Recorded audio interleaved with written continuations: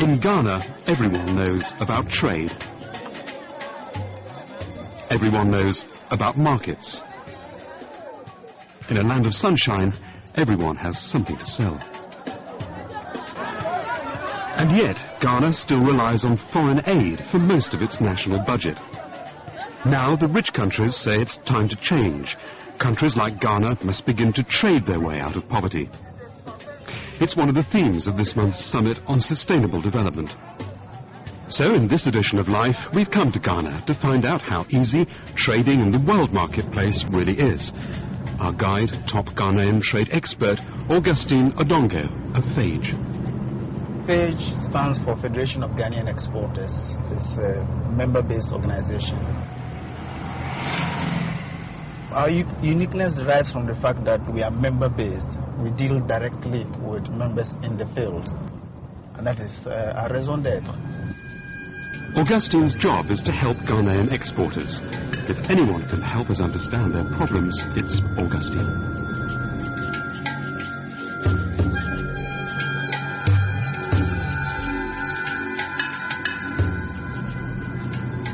First stop, 5 hours north of Ghana's capital, Accra, one of Africa's biggest maize farms.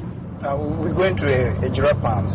This is one of the largest, if not the largest, maize farming setup in Ghana. The information that is available is that as a result of the import of maize, especially for the animal feed industry, poultry in particular, they have had to hold up some stocks which they cannot offload on the local market because they simply cannot compete with the price of imported maize. What I hope we'll be able to see is have a discussion with they themselves, the managers and the workers themselves, to see the full effect of this on them. Straight to the heart of the problem. Even this huge farm can't compete with maize from countries like the United States that subsidize their farmers. Some of the stocks in these silos are held for the National Reserve, but mostly they just can't sell it. Understand you have quite a stockpile of maize up there in the granary. At this time of the year, you should be offloading this grain to make room for new maize coming in. Really? So why is still keeping this? We're not getting the market for it. Just because the government has allowed certain industries to import the maize, both the foreign maize to the country. Now, what is the problem with foreign maize coming to the country? Does that create any problems for the local yes, producers? The imported ones are cheaper. The imported maize is cheaper? Yes. Since our cost of production is high, we cannot sell our maize at a very cheap price. Your cost of production is higher? Yes, in terms of the fertilizer, inputs like fertilizer, chemicals like herbicides, the labor, and so on. Who do you normally sell your maize to? We use it to sell to the poultry industries. The poultry industry? Yes. They are the major consumption of the... Yeah, the major consumers of the maize. Of the maize? Yes. Okay.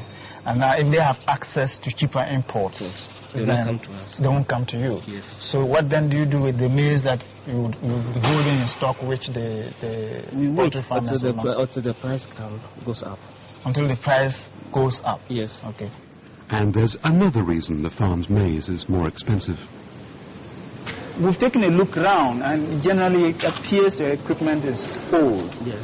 Is there any problem with keeping old equipment? Why are you not replacing it? I think it's all brought to one point, the financial problem. Financial problem? Yes. What of your own income levels? Generally, the income levels here are quite low. Since we are not getting enough, we cannot go to the management and then make unnecessary demands. No unnecessary demands. These workers on under $1 a day know the management can't afford to pay more. Countries that face unfair competition can appeal to the World Trade Organization, but subsidies to crops like maize are within its rules. Next stop, the local town of Kumasi and one of the maize farm's customers, poultry plant Darko Farms. We're now going to Darko Farms. Darko Farms is one of the large poultry farms in Ghana. We're going out to confirm the story that we heard at Ejura Farms about the impact of imported maize.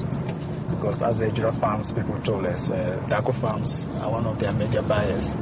But Ejura Farms people also explain that now they stopped buying from them because they're buying the imported one, which is cheaper in terms of price. So we want to find out if this is true. What Augustine discovers, the plant hasn't cancelled its orders, but has cut back on expensive local maize, because it's also facing competition from cheap foreign imports.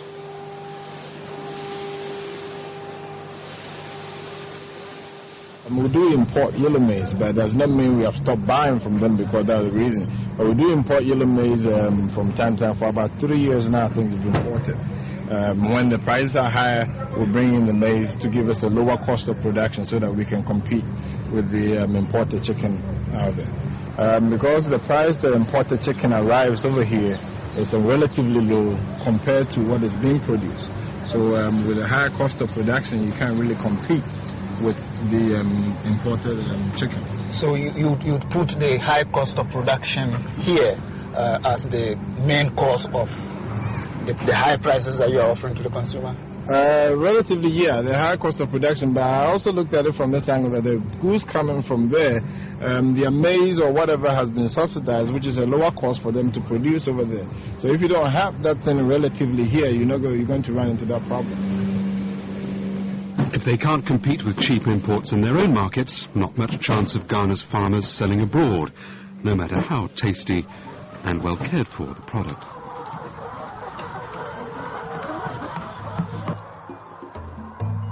But cheap imports aren't the only challenge. Next stop, a banana plantation in the Central Lakes region of Ghana. Where did this come from? From the plantation. From the plantation. Then the selection process begins. Volta River estates export to the EU, to Europe. Their problem, trying to comply with the EU's licensing rules. Alex, you have quite a good setup here, and you export to Europe. Have you had any problems exporting to Europe? Indeed, there is. We still have to overcome this European Union license system on banana. Can you explain that further? What is this licensing system? Well, you know that I'm not a technical man, but what it means to me as a farmer is that we're not able to get our export into the market. Washing the crop is easy enough. So is spraying it with chemical preservatives. And the spray is meant to preserve the fruit. What's harder is meeting EU licensing requirements like length and weight. That means using lots of chemical fertilizers, expensive, and not the kind of farming they like around here. I think that the idea of length and sizes in bananas are just exaggeration of the actual matter, because to make your bananas grow big in size and in length, all that you have to do is to dump a lot of chemical fertilizer, and in the next couple of months you have your big length, your big sizes, and then your length. But we talk about fair trade, and fair trade has to deal with the environment, and therefore natural growing things is what comes into mind. You think about consumer choice. So we as a fair trade company, we believe that we have to grow our bananas in a more sustainable way. So in future they'd like to go organic, if consumers will pay. Meantime, licensing rules and ever-changing quotas constitute for Augustine a serious non-tariff barrier. Not exactly a tax, but still a restriction on trade. For somebody like me who is in trade advocacy, that appears to be another barrier to trade. They're closing the doors on us. They're opening the doors with one hand, saying we are doing away with quotas, we are removing or reducing taxes, import duties, tariffs, and so on. Meanwhile, with the other hand, they are